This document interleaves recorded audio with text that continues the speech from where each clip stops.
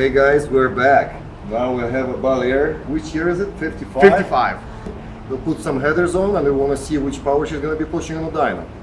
So we put some headers on only because we wanted to add every bolt on we could, which is the basic carb intake headers, but we couldn't put the headers on while we had it strapped to the dyno and get it over to the exhaust shop to get the connection pipes made. So we had all that done ahead of time. Really, this is just a 1980 passenger side dipstick, nothing special. This one's an automatic car. It's got a 700 R4. So what do you think it's going to put down? it's not going to be a whole bunch. So, Yeah. but that's the idea of today is we're going to put the Edelbrock RPM air gap on with a Holley carburetor, of course, to make some more power, because the Chevelle video just proved to us that, you know, the Holley does make a little more power. It's been our favorite so far. We like the tunability of them. And then, you know, with the headers, we're going to get some numbers behind an automatic transmission now instead of behind lots of standards. So now we're going to concentrate on some automatics.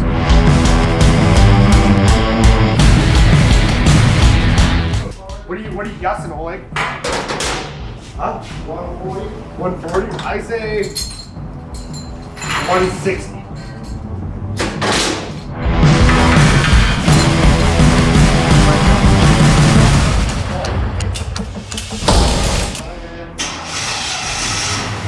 Oh yeah, power.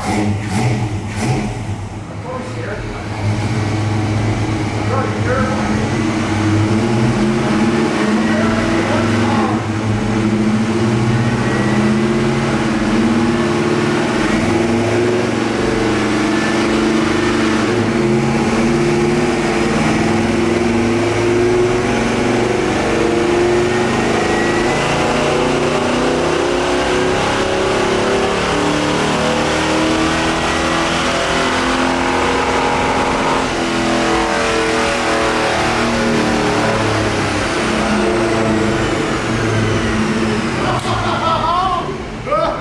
I got it. 160.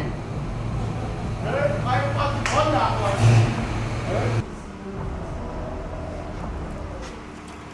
So, I won. Yeah, you won.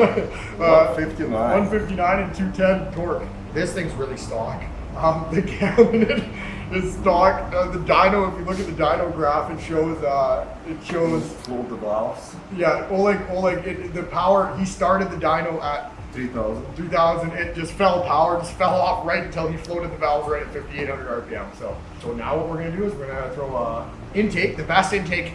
Everybody knows it's the best intake. It's the RPM air gap from Edelbrock, and it's the big hole through the middle that cools all off of your intake charge. So we're gonna throw the best intake we can find.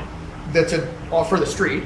You know, there's definitely better race intakes, but for the street, we're gonna throw the best intake we can find on with the best everyday carburetor we can find. Yep.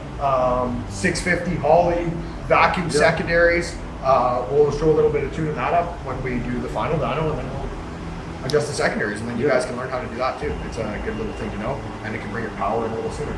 Yeah. So and then we'll see. So what are we guessing for next horsepower? Well, I'll add 25 on top of what I said. So 140 plus 25. The killer on this one is the overdrive transmission. Yes. So I'm gonna say, you know, you're gonna say 25. I'm gonna say carb and intake, 30 wheel horsepower. That's probably about 50 horsepower on the crank. So Yeah. 15% roughly there. So Yeah. let's do it. Let's swap it out. Yeah. So we finally got the Bel Air back after some long nights. We got a Edelbrock RPM air gap intake on it. It's like we're talking, it's kind of the best one of the mix. Then we got the Holley, what is it, just I think it's an HP 650. So that's all on there and good to go. And now we're gonna do some pulls and see what our horsepower difference is.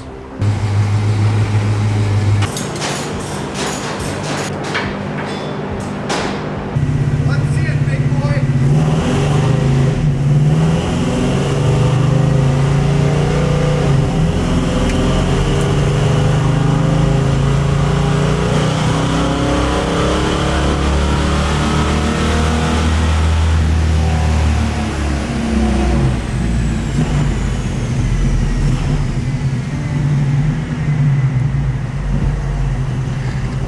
Okay, so one last test we have to do is we got the new carb, the new intake, the car tuned, is now we're gonna swap it out We've actually already swapped it out to turbo 400. We got rid of the overdrive that was in it, and we're gonna see if that makes any more power.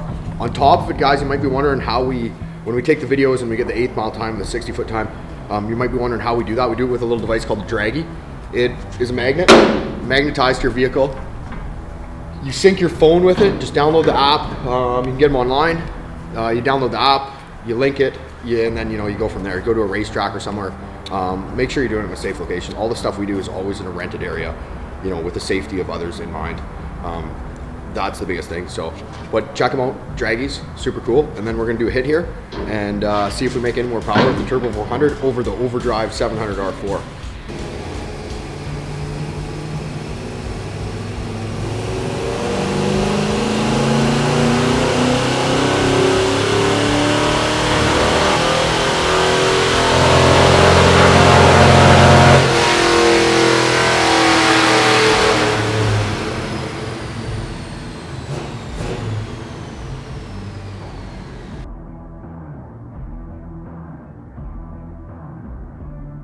Okay, so this is our very first pull right here. We did 159 and 210 torque.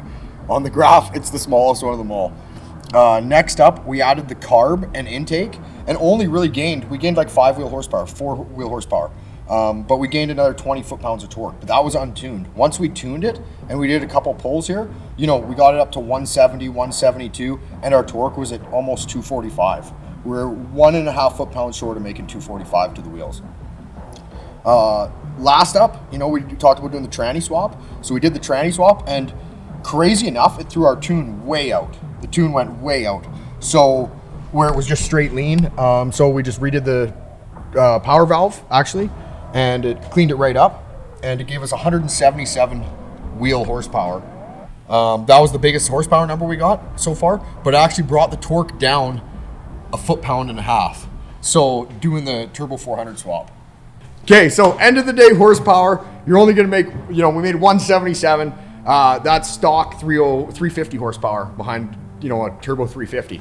So your 305, you can make it into a 350 if you add all those bolt-ons. Is it worth it? We're gonna let you find out. We're gonna put some nitrous oxide on next. We got a bunch of episodes coming up with nitrous, but we're gonna see how much this stock 305 can take. I know there's been a bunch of videos floating around on it, but we're gonna test it out. So that's something to look forward to. It is only a 305. It does have a stock cam and stock bolt-ons, but everything we've seen with a 100 shot, you gain 120 wheel horsepower. So guys, we actually had to do one more dyno. When we went to do our test drive, it had a little hiccup in the drivability. With the new transmission, the vacuum wasn't coming on at the same time opening the secondaries. So we had to retune the secondaries. After we retuned the secondaries, we actually made more horsepower. We made a 179 251 to the wheels. So that's the most we've seen yet. So the 305 with all the bolt-ons, it's gonna make the exact same power as a stock 350 behind a turbo 350. The only advantage is you're gonna get the 400, and the 400 is gonna be a lot stronger when you go to throw all that nitrous at it.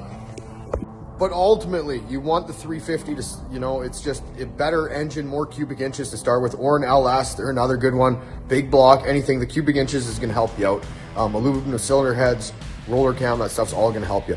But if you got the 305 and it runs good, why not just use it? If you got all these bolt-ons and you got them cheap, you can throw them on. Hey, they'll work with your 350 when you swap it in. So anyways, guys, thanks a lot for watching. See you soon.